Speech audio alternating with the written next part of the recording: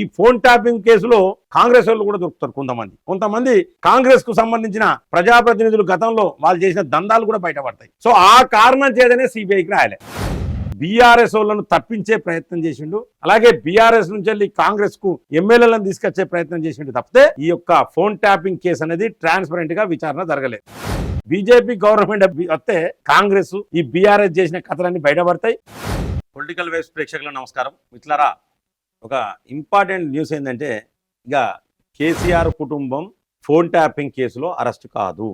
ఇది 100కు 100% కరెక్ట్. ఎందుకో మీకు నేను ఈ వీడియోలో చెప్తాను మిత్రులారా. 3 నిమిషాల వీడియో ఖచ్చితంగా ప్రతి ఒక్కరు చూడండి, వీడియో పూర్తిగా చూడండి. అలాగే మీ అభిప్రాయాన్ని కామెంట్ బాక్స్లో రాయండి. ఈ వీడియోను లైక్ చేయండి.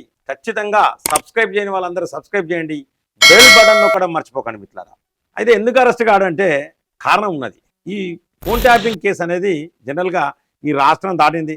కొంతమంది సెంట్రల్ లీడర్స్ను కూడా ఫోన్ ట్యాపింగ్ అయినట్టు, ప్రజాప్రతినిధులు, కొంతమంది జడ్జీల ఫోన్లు కూడా ట్యాప్ చేసినట్లు, అలాగే మొత్తం ఖండాలు దాటింది, దేశాలు దాటింది, ఖండాలు కూడా దాటింది అని చెప్పేసి కూడా పేపర్లల్లా, వెలుగు పేపర్లు వచ్చింది, దిశ పేపర్లు వచ్చింది, ఆంధ్రజ్యోతి పేపర్లు వచ్చింది, ఈనాడు పేపర్లు వచ్చింది, ప్రతి పేపర్లు వచ్చింది. సో దీనికి సంబంధించి ఏంటంటే, లెక్క ప్రకారం అయితే సిబిఐ ఎంక్వైరీ వేయాలి. సిబిఐ ఎంక్వైరీ ఎందుకు వేయాలంటే, దీంట్లో ఈ రాష్ట్రం దాటింది కాబట్టి, ఈ దేశం దాటింది కాబట్టి, ఆ వ్యక్తి ఈ దేశంలో లేడు కాబట్టి, ఫోన్ ట్యాపింగ్ కు ప్రధాన సూత్రధారి ఎవరనేది మీకు తెలుసు అందరికీ. ఎస్ఐబి మాజీ చీఫ్ ప్రభాకర్ రావు ఈ దేశంలో లేడు కాబట్టి ఖచ్చితంగా ఇది సిబిఐకి రాయాల్సిన కేసు. అంటే ముఖ్యమంత్రి రేవంత్ రెడ్డి ఒక లెటర్ ప్యాడ్ మీద, నేను తెలంగాణ ముఖ్యమంత్రిని రేవంత్ రెడ్డిని ఫోన్ ట్యాపింగ్ కేసు మీద కీలక దర్యాప్తు చేయాలని చెప్పేసి సిబిఐని కోరుతున్నాను ఒక రాసి సంతకం పెట్టి ఆడ పడేస్తే ఈయాటికి ఫోన్ ట్యాపింగ్ కేసు క్లోజ్ అయిపో, మొత్తం ఇష్యూ క్లోజ్ అవు. ఆంధ్రని లోపల నువ్వు ఆడు పాత సీఎం కావచ్చు, కొత్త సీఎం కావచ్చు, ఎవరు ఉంటారు తప్పు చేసిన, కానీ సిబిఐకి రాయలేదు. కారణం ఏంటిదంటే కేసీఆర్ను తప్పించే ప్రయత్నమే. ముఖ్యంగా ఏంటంటే కేసీఆర్ను తప్పించే ప్రయత్నం కాదు. ఈ ఫోన్ ట్యాపింగ్ కేసులో కాంగ్రెస్ వాళ్ళు కూడా దొరుకుతారు.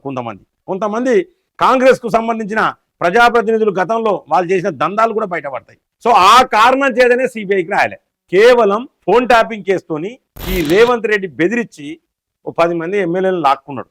కేవలం బ్లాక్మెయిల్ చేసి లాక్కున్నాడు.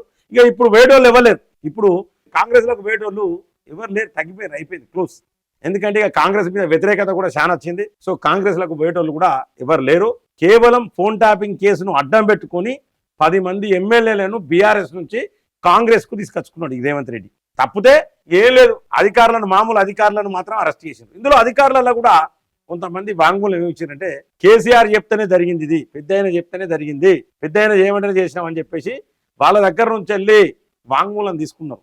మరి వాంగ్మూలం వాళ్ళ దగ్గర వెళ్ళి తీసుకున్నప్పుడు అరెస్ట్ చేయాలి, కానీ అరెస్ట్ చేయలే. ఇప్పుడు ఏమంటారంటే అమెరికా నుంచి వెళ్ళి ప్రభాకర్ రావు అతనే అరెస్ట్ చేస్తామంటారు. అమెరికా నుంచి వెళ్ళి ప్రభాకర్ రావు ఇప్పుడు రాడు. ఎందుకు రాడంటే గ్రీన్ కార్డు సంపాదించుకున్నాడు. ఇదంతా కూడా వీళ్ళకి తెలుసు. ఇప్పటికే 2-3 సార్లు బీఆర్ఎస్ వాళ్ళు వేచిండు, కేటీఆర్ వేచిండు, హరీష్ రావు వేచిండు అమెరికాకు. మరి వాళ్ళు కలిసిరా కలవలేదా భగవంతునికి తెలుసు, ఇక మాకేం తెలుసు. కాబట్టి మిట్లారా, మొత్తానికైతే బీఆర్ఎస్ వాళ్ళను తప్పించే ప్రయత్నం చేసిండు, అలాగే బీఆర్ఎస్ నుంచి వెళ్ళి కాంగ్రెస్ కు ఎమ్మెల్యేలను తీసుకొచ్చే ప్రయత్నం చేసిండు తప్పితే ఈ యొక్క ఫోన్ ట్యాపింగ్ కేసు అనేది ట్రాన్స్పరెంట్ గా విచారణ జరగలేదు. కానీ ఇది ఎన్నటికైనా ప్రమాదమే.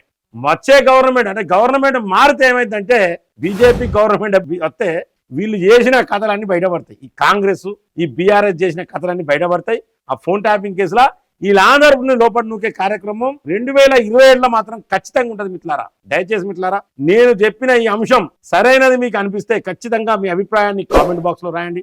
మన వీడియోను లైక్ చేయండి. మన ఛానల్ను సబ్స్క్రైబ్ చేయని వాళ్ళందరూ సబ్స్క్రైబ్ చేయండి. బెల్ బటన్ నొక్కడం మర్చిపోకండి మిత్రులారా. జై హింద్, జై భారత్.